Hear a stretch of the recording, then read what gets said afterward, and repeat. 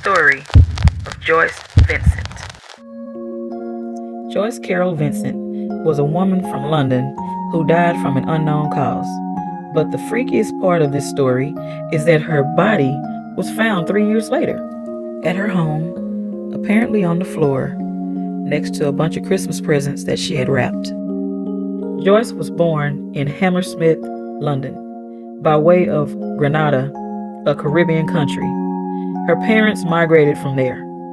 She was born on October 19, 1965. She attended Melcombe Primary School and Fulham Gillett School for Girls.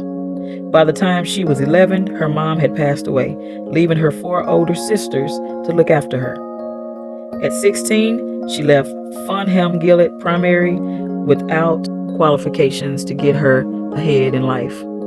But she managed to get some pretty decent jobs, like working as a secretary at OCL in the City of London, then later at a couple of law firms in the Treasury Department for about 4 years. In March of 2001, Joyce quit her job for unknown reasons. I couldn't find much on her dating life, but apparently she spent some time in a domestic abuse shelter in Haringey and worked as a cleaner in a budget hotel. By this time, she had cut all ties with her family, which was weird because she came from a pretty good family. In 2003, Joyce moved to a 1-bedroom bed-sit flat above Wood Green Shopping City, where by 2003 of December, she had died. This place was typically used to house victims of domestic abuse. Now, as the story goes, in November of 2003, Joyce was throwing up blood and then hospitalized due to a peptic ulcer for about 2 days. In December, Joyce was in her flat, apparently had wrapped some Christmas presents, and was watching TV.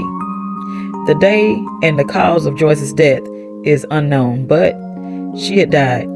The freakiest fact about this story is that when she was found, her skeletal remains was stretched out on or by her couch, and TV was still on.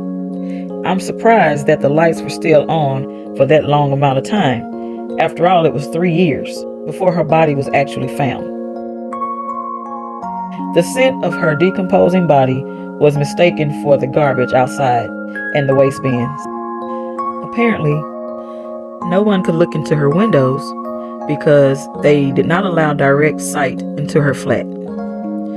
She was identified through her dental records, and it's very sad that the neighbors in the bedsit didn't even notice her gone. And the Metropolitan Housing Trust didn't pay attention to the back rent or the arrears that she owed.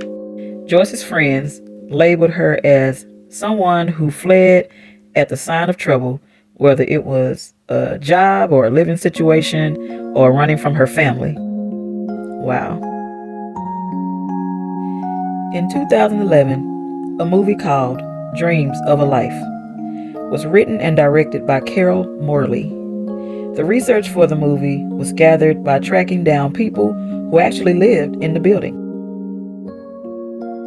From their accounts, she's definitely missed by them, which included friends and co-workers who remembered her well and expressed this in the movie.